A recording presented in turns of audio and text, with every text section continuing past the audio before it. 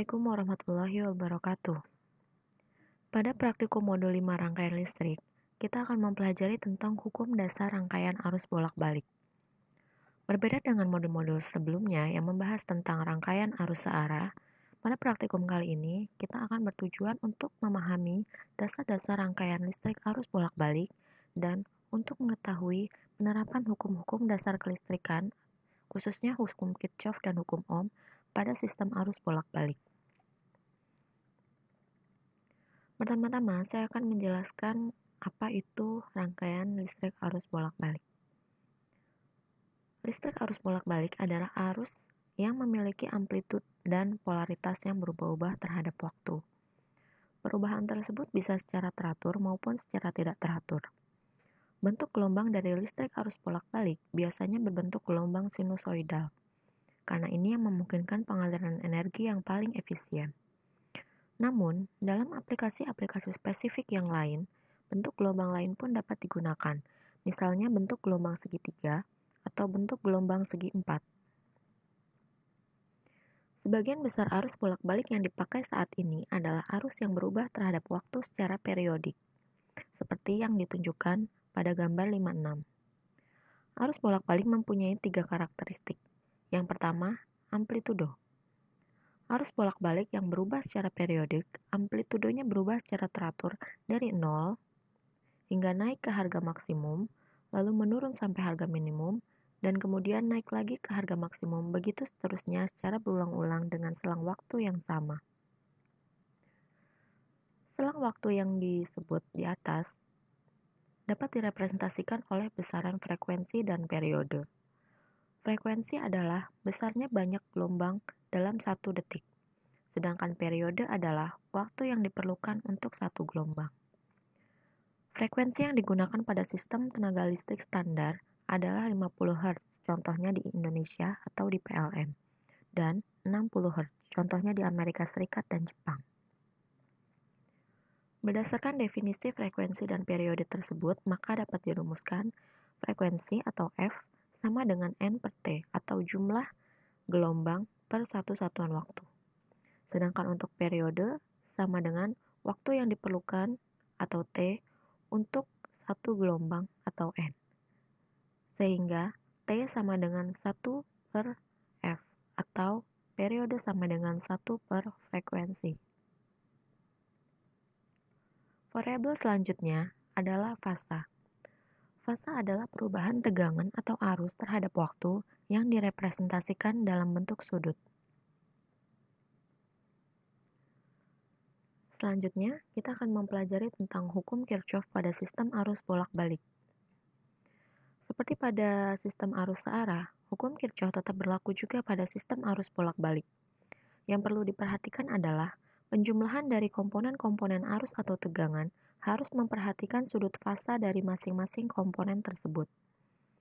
Komponen resistor, induktor, dan kapasitor apabila dirangkai secara seri dan dihubungkan dengan tegangan arus bolak-balik dapat digambarkan seperti pada gambar 52. Besaran-besaran yang dapat dihitung pada rangkaian seri RLC adalah sebagai berikut. Yang pertama adalah impedansi pada rangkaian. XL atau impedansi pada induktor sama dengan omega dikalikan dengan L. Sedangkan impedansi pada kapasitor sama dengan 1 per omega dikalikan dengan C. Sehingga impedansi totalnya sama dengan R kuadrat plus XL min XC kuadrat di dalam tanda akar. Dengan omega sama dengan frekuensi sudut, yang besarnya adalah 2pi dikalikan dengan frekuensi.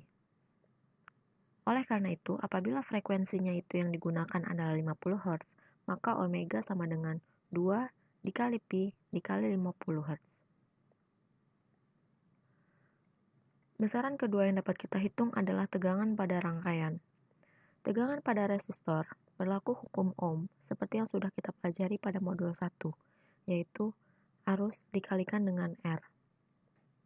Sedangkan untuk tegangan pada induktor adalah arus dikalikan dengan XL atau impedansi induktor. dan tegangan pada kapasitor adalah arus dikalikan dengan impedansi kapasitor. Hal ini berlaku nilai arus di setiap komponen adalah sama karena terhubung secara seri. Maka tegangan total pada rangkaian adalah akar VR kuadrat ditambah VL min VC kuadrat. Demikian dasar teori dari modul 5. Selamat menjalankan praktikum dan semoga dapat dimengerti. Wassalamualaikum warahmatullahi wabarakatuh.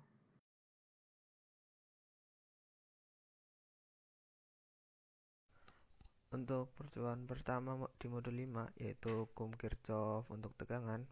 Di sini komponennya kita pasang secara seri, yaitu ada resistor, induktor, dan juga kapasitor.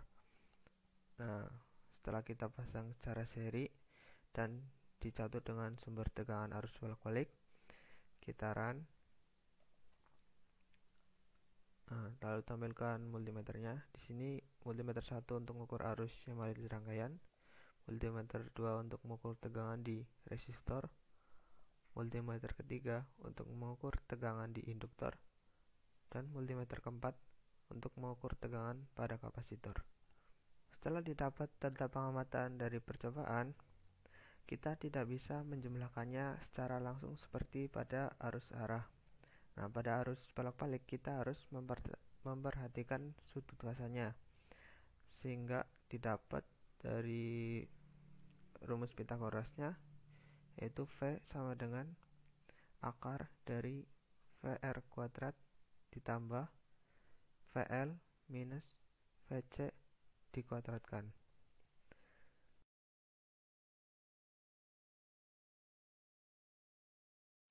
Untuk percobaan kedua, yaitu hukum Kirchhoff untuk arus. Bedanya di sini kita merangkainya secara paralel. Yaitu di sini komponennya sama, ada resistor, induktor, dan juga kapasitor disatu dengan sumber tegangan arus bolak-balik. Setelah kita pasang secara paralel, kita run.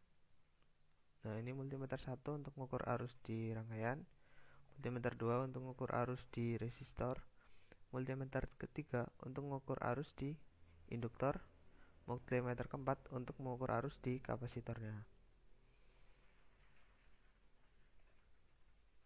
Nah, untuk hukum Kirchhoff untuk arus itu sama seperti hukum Kirchhoff untuk tegangan. Kita tidak bisa menjumlahkannya secara langsung, tetapi harus memperhatikan sudut fasanya, sehingga didapat dari rumus Pitagorasnya, yaitu I sama dengan akar dari IR kuadrat ditambah IL minus IC dikuadratkan.